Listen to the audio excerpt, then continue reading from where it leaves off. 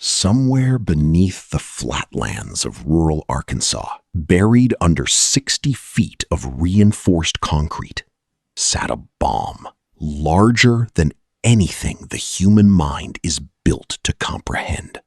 A single warhead. 9 megatons. 600 times more powerful than the weapon that erased Hiroshima in seconds. It wasn't in an enemy country. It wasn't pointed at us. It was ours. And on the night of September 18th, 1980, a single dropped tool nearly set it off. This is not a story from the Cold War history books. Most Americans have never heard it. The government made sure of that. The Titan II intercontinental ballistic missile was the crown jewel of America's nuclear arsenal. Standing over 100 feet tall, each missile was designed to carry a warhead from the American heartland to a Soviet city in under 30 minutes. There were 54 of them, scattered across the South and Midwest, each one sitting in its own hardened underground silo, always armed, always waiting. The Air Force called it deterrence. The idea was simple. If the Soviets knew we could destroy them completely, they'd never dare attack us first. What the public didn't know, what they were never supposed to know, was just how close these weapons came to killing us on our own soil. Silo 374-7, outside Damascus, Arkansas. Population? A few hundred people. Farmland in every direction. And beneath a rusted chain-link fence, an underground complex holding one of the most destructive objects ever built. It was a routine maintenance shift, the kind that happened hundreds of times a year. On the evening of September 18th, 1980, a crew of Air Force technicians descended into the silo to service the Titan II. These were young men, some barely out of their teens, trained to work around weapons capable of ending civilization. Procedure was everything. Every action had a checklist. Every tool was accounted for. Airman David Powell was working high on a maintenance platform inside the silo, roughly 70 feet above the base of the missile. He was using a large socket wrench to work on the oxidizer pressure cap. Then, in a moment that would change everything, the socket slipped from the wrench. It fell. 70 feet of silence. Then, the sharp metallic ping of an 8-pound steel socket bouncing off the concrete floor.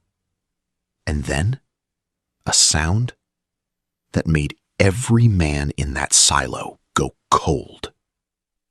A hiss. The socket had struck the missile's first-stage fuel tank. It had punched a hole clean through. And now, Aerozine 50, one of the most volatile rocket fuels ever developed, was leaking into the confined space of a sealed underground silo.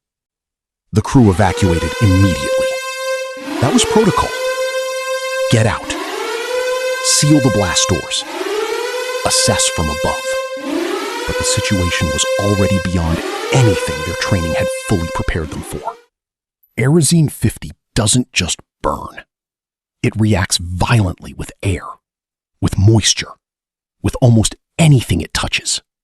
And mixing with the nitrogen tetroxide oxidizer already present in the silo, it created a vapor cloud that turned the entire complex into a bomb within a bomb.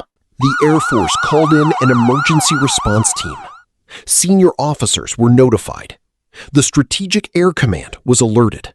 But here's what no one said out loud, at least not to the public. The warhead sitting atop that leaking missile, the W-53, was fully armed. 9 megatons, ready to fire. And it was now sitting in an increasingly unstable, fuel-soaked, pressurized underground chamber. For the next several hours, teams in hazmat suits attempted to re-enter the silo and relieve the pressure.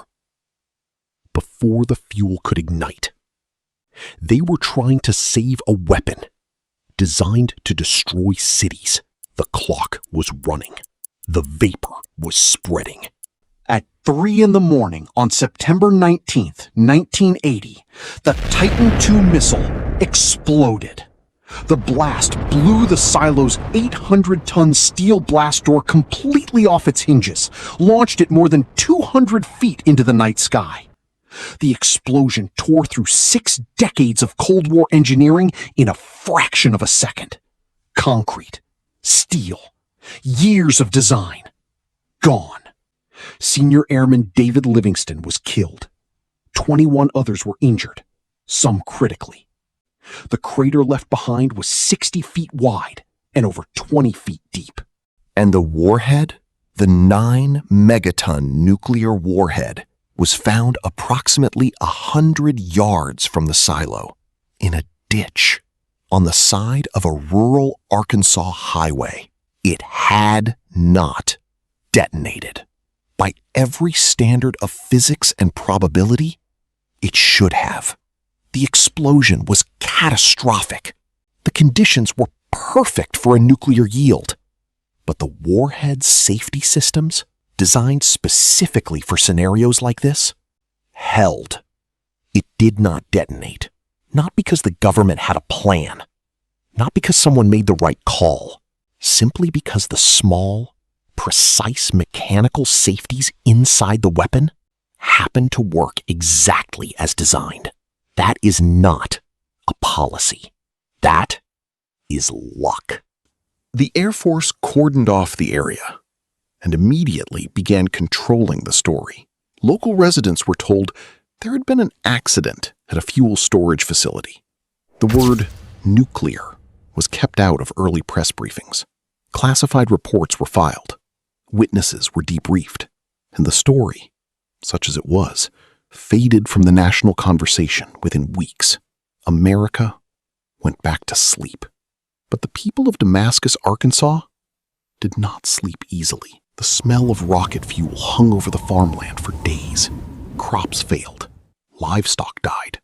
Families who had never been told what was buried beneath their community found out the hard way, not from their government, but from the column of smoke rising above their fields in the middle of the night. For years, veterans who had served at that silo struggled to get the Air Force to acknowledge the full extent of what had happened and the toxic exposure they had endured. Medical claims were delayed. Records were classified. These young men, the ones who had run toward the danger, who had suited up and gone back into that silo, trying to prevent a catastrophe, were left to navigate a bureaucracy that preferred the incident remain quietly buried, much like the silo itself. Damascus was not an isolated incident. That is perhaps the most disturbing truth of all. In 1961, a B-52 broke apart over North Carolina, and 2 nuclear bombs fell from the sky. One of them came within a single switch, a single low-voltage safety switch, of detonating over the American South. In 1968, a B-52 crashed near Thule Air Force Base in Greenland, scattering plutonium across miles of Arctic ice. In Broken Arrow reports, the military's own term for nuclear accidents, the United States has officially documented more than 30 significant incidents involving nuclear weapons. 30 that we know of. The Cold War wasn't just a standoff between 2 superpowers.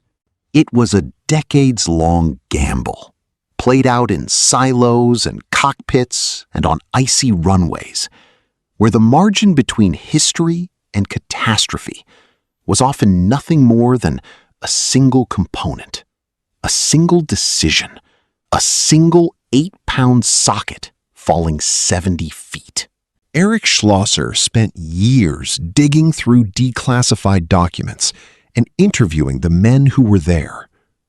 His book, Command and Control, finally gave the Damascus disaster the full accounting it deserved. What he found wasn't a story of incompetence. The men in that silo were well-trained and brave. What he found was a system, vast, complex, and under constant pressure, that was never as safe as the public had been promised. That could never be. The question, Schlosser wrote, was not whether an accident would happen.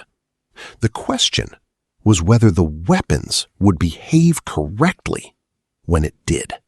That night in Arkansas, they did, by the thinnest imaginable margin.